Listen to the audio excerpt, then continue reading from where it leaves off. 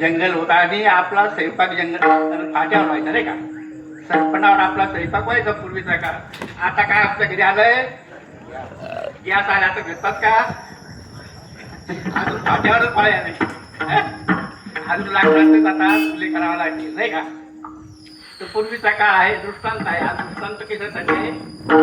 सिद्धांत कळण्यासाठी. सिद्धांत काळ का दृष्टांत संपला नाही का म्हणून दृष्टांत आहे.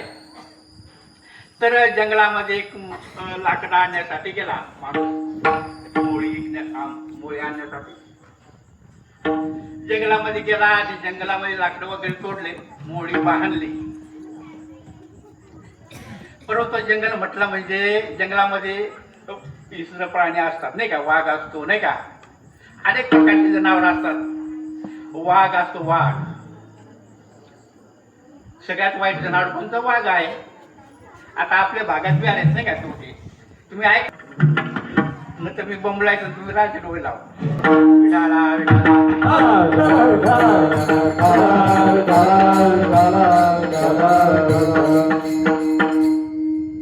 तेव्हा त्याच्या मागे दृष्टांत आहे. त्याच्या मागे लागला वाघ. आता वाघ लागल्यानंतर हा पाय पडणार आहे का त्याला. नाही. कारण तिथे दया माया तो माणूस दिसला का कोणतं काय असं तो भक्ष्य तो खातो. वाघ पटला म्हणजे तो पळायला लागला.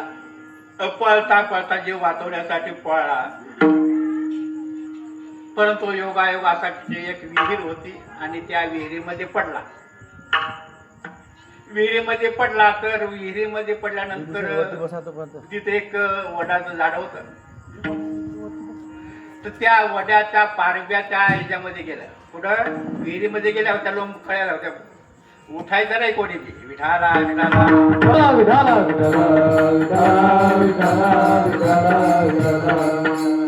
मी कोणत्याही कीर्तनामध्ये अगोदर सांगतो ज्याला बसायचं त्याने अगोदरच बसायचं नाही तर मग बसायचं नाही. कीर्तनाला बसायचं पूर्ण बसायचं. कारण जेथे कीर्तनाची जागा तिथे पांडुरंग नाही का. तिथे देव असं म्हणून ते ठिकाणी उठू नये. बसलं तर पूर्ण ऐकायचं नाही तर मग बसायचंच नाही. विठाला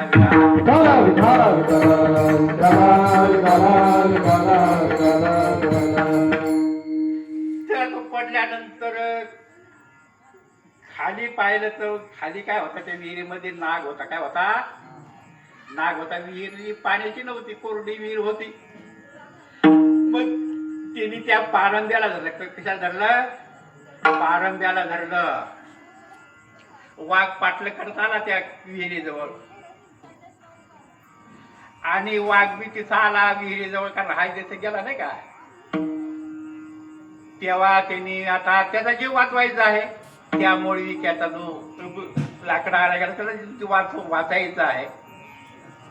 पण खाली जर उतरला तर खाली काय आहे. खाली आहे नाग आहे. वर पाहिला तर काय आहे वाघ आहे. आता काय करायचं.